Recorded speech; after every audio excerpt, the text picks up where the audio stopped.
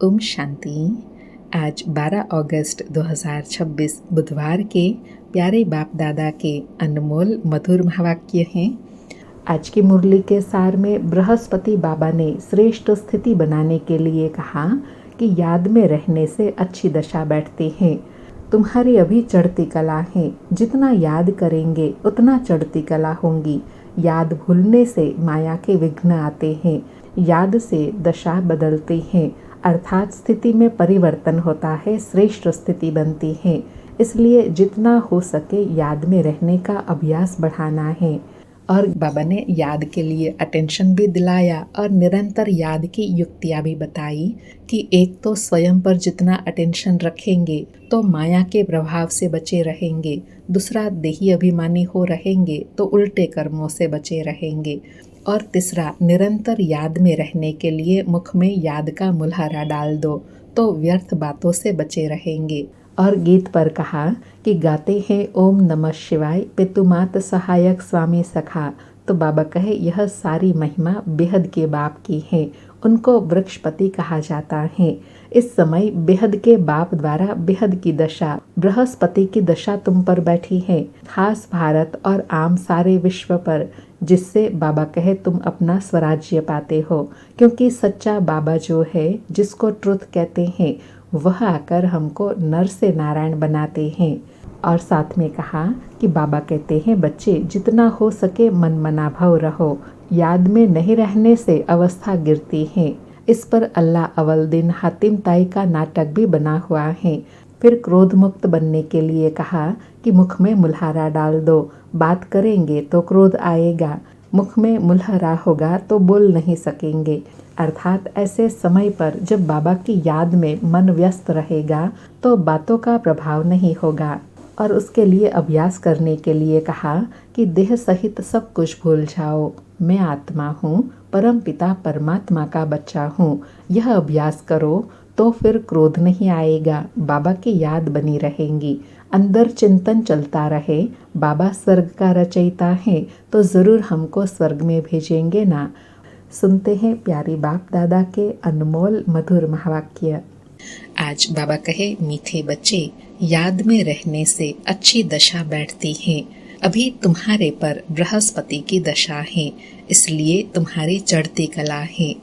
मीठे बच्चे, याद में रहने से अच्छी दशा बैठती है। अभी तुम्हारे पर बृहस्पति की दशा है, इसलिए तुम्हारी चढ़ती कला है। आज मुरली से प्रश्न है, यदि योग पर पूरा अटेंशन नहीं है तो उसके रिजल्ट क्या होती है? निरंतर याद में रहने की युक्तियाँ क्या हैं? फिर से, यदि योग पर पूरा अटेंशन नहीं है तो उसकी रिजल्ट क्या होती है? निरंतर याद में रहने की युक्तियाँ क्या हैं?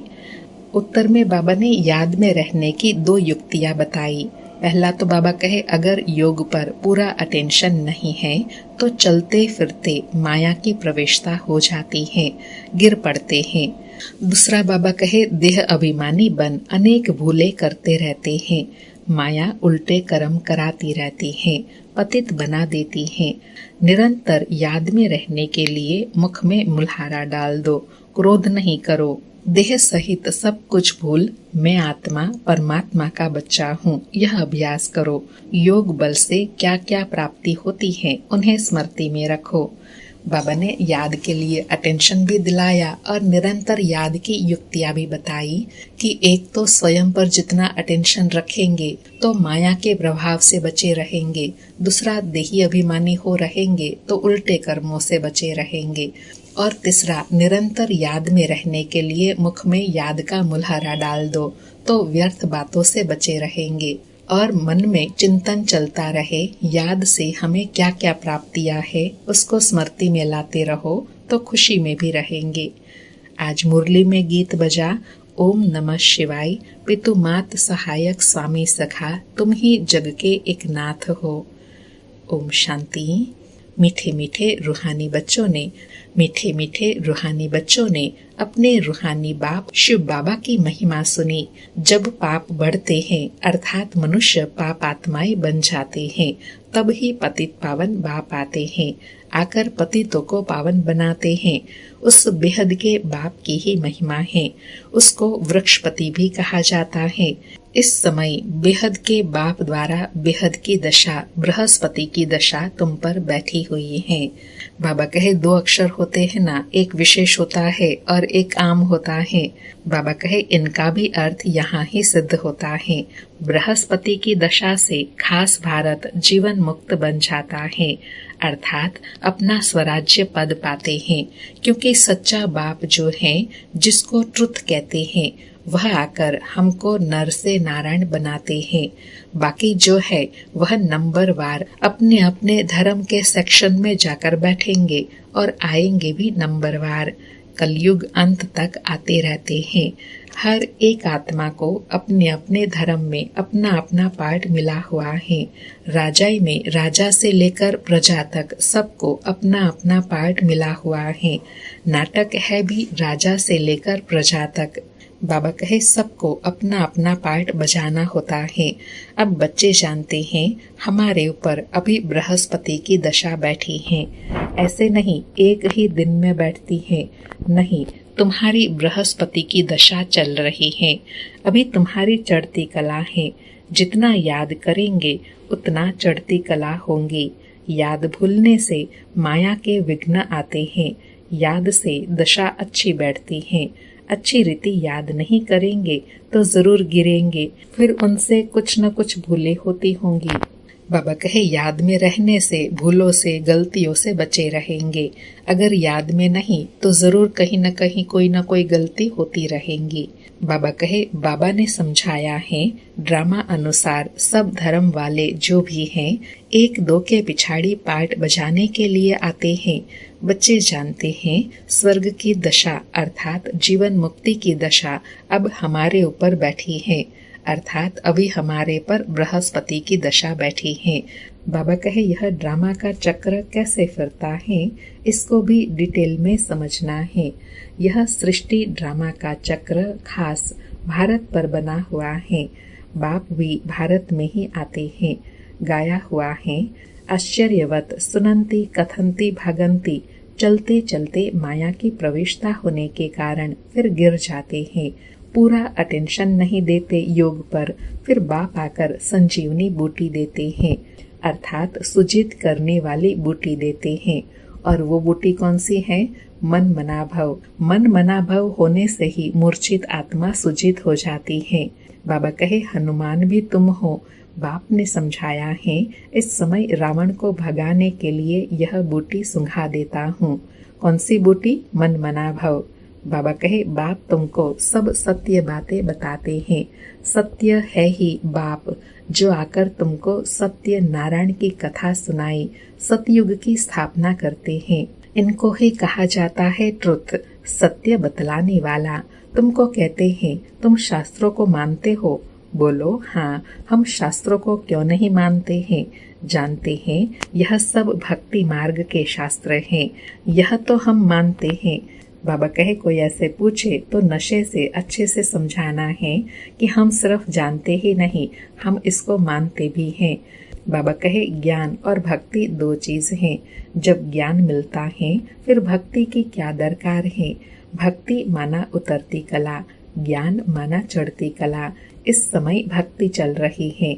अभी हमको ज्ञान मिल रहा है जिससे सद्गति होती है।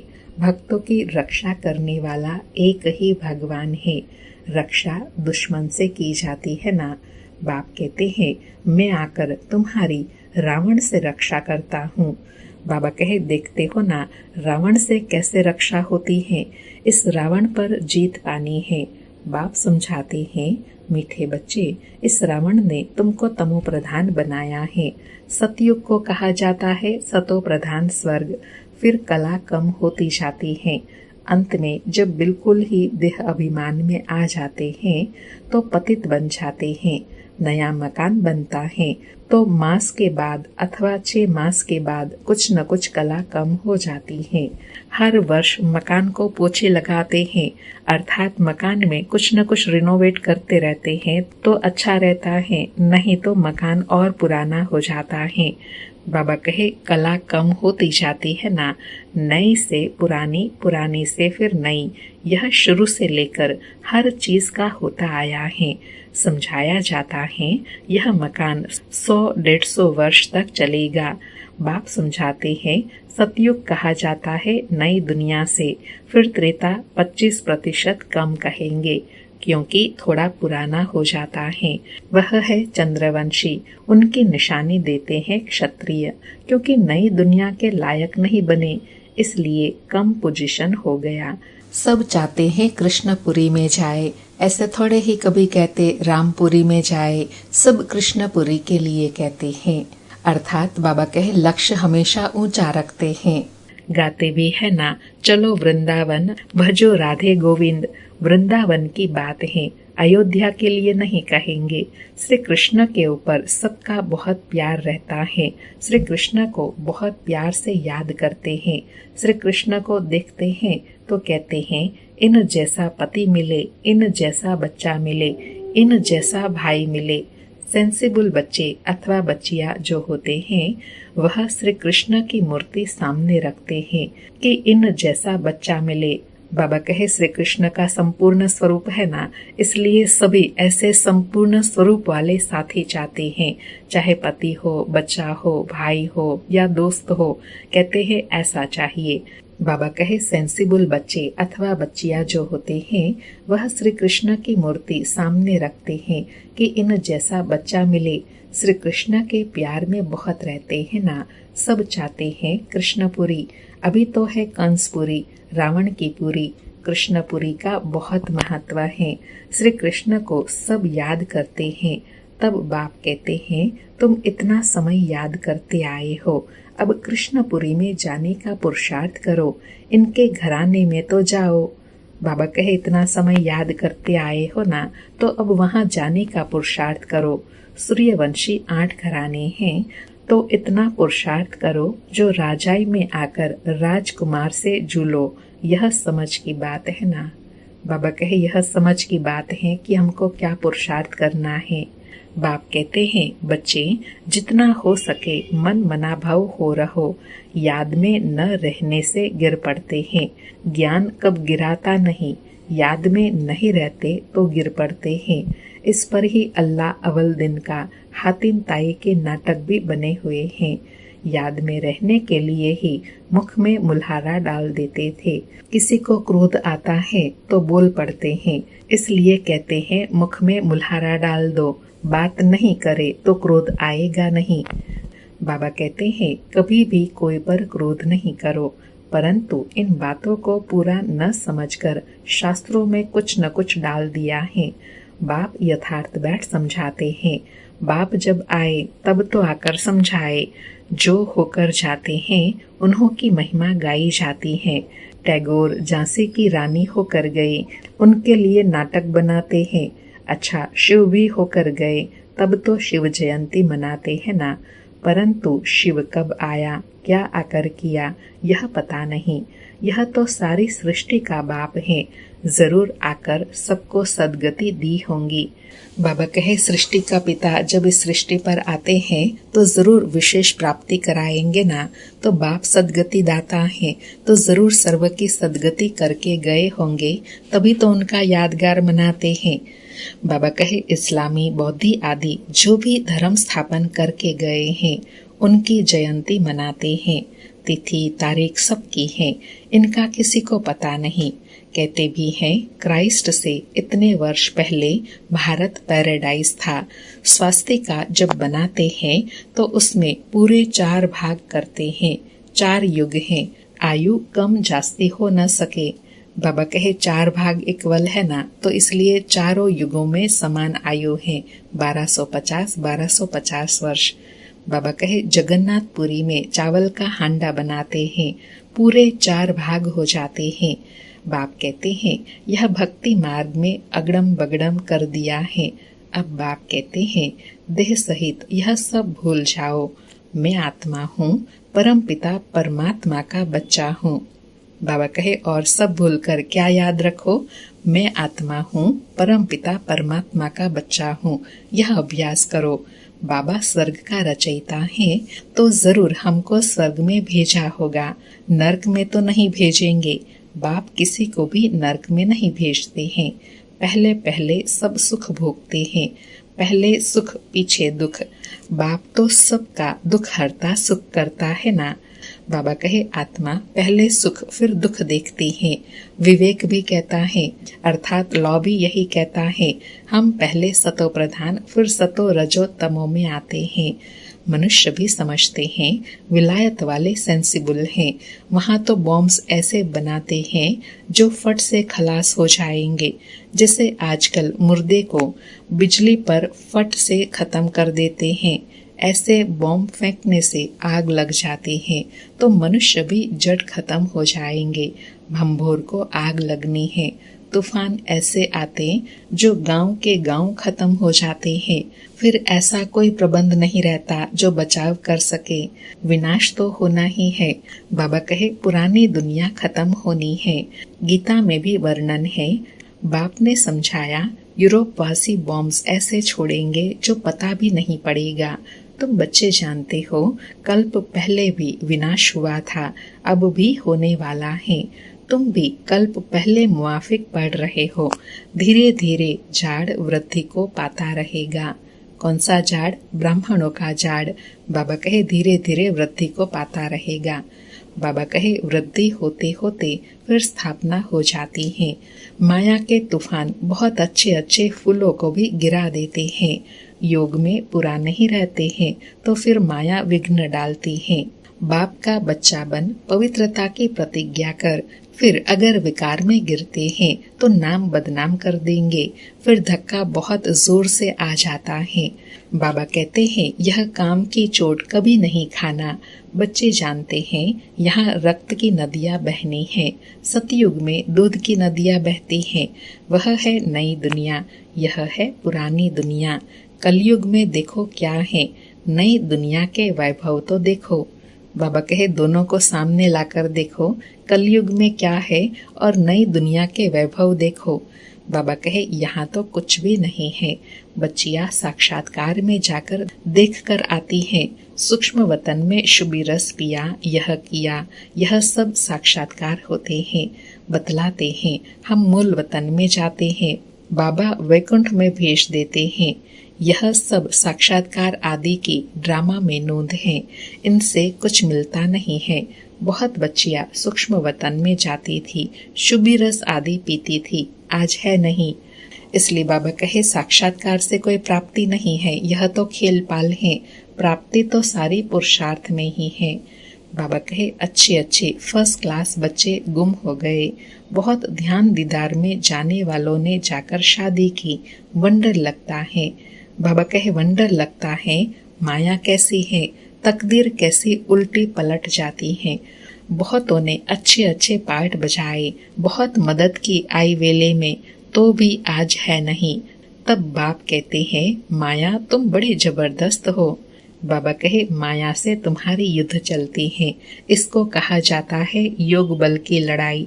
योग बल से क्या प्राप्ति होती है, यह किसी को पता नहीं है। सिर्फ भारत का प्राचीन योग कहते हैं। मीठे मीठे बच्चों को योग के लिए समझाया जाता है। प्राचीन योग गाया हुआ है। जो भी फिलोसोफर आदि हैं, यह स्पिरिचुअल नॉलेज तो कोई में है नहीं। रूहानी बाप ही ज्ञान का सागर है। उनको ही शिवाय नमः गाते हैं, उनकी ही महिमा गाई जाती है। बाप आकर तुमको कितना ज्ञान समझाते हैं। इसको ज्ञान का तीसरा नेत्र कहा जाता है। और कोई की ताकत नहीं जो अपने को त्रिकालदर्शी कह सके। बाबा कहे, त्रिकालदर्शी सिर्फ ब्राह्मण ही होते हैं, जिन ब्राह्मणों द्वारा यज्ञ रचा है। रुद्र शिव को भी कहते हैं, अनेक नाम रख दिए हैं। हर एक देश में नाम अलग अलग बहुत हैं, सिवाय एक बाप के और किसी के इतने नाम है नहीं, क्योंकि बाबा संगम पर आकर इतने कर्तव्य करते हैं जिस कर्तव्य के आधार से ही बाबा के नाम पड़े हैं। बबुलनाथ भी शिव बाबा को कहते हैं। बबुल उनको कहा जाता है जिसमें कांटे होते हैं। बाबा कांटों को फूल बनाने वाला है, इसलिए उनका नाम बबुलनाथ रखा है।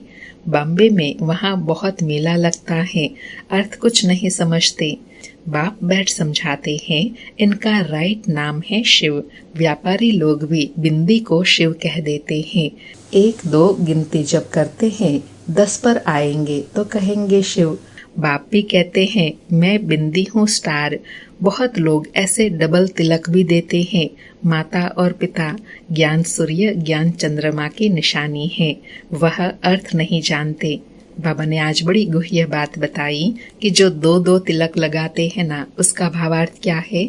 मात पिता अर्थात ज्ञान सूर्य शिव बाबा और ज्ञान चंद्रमा ब्रह्मा बाबा, इन दोनों के यादगार में 2-2 तिलक लगा देते हैं। बाबा कहे तो बाप योग पर समझा रहे थे। योग कितना मशहूर है। अभी तुम बच्चे योग अक्षर छोड़ दो, याद करो।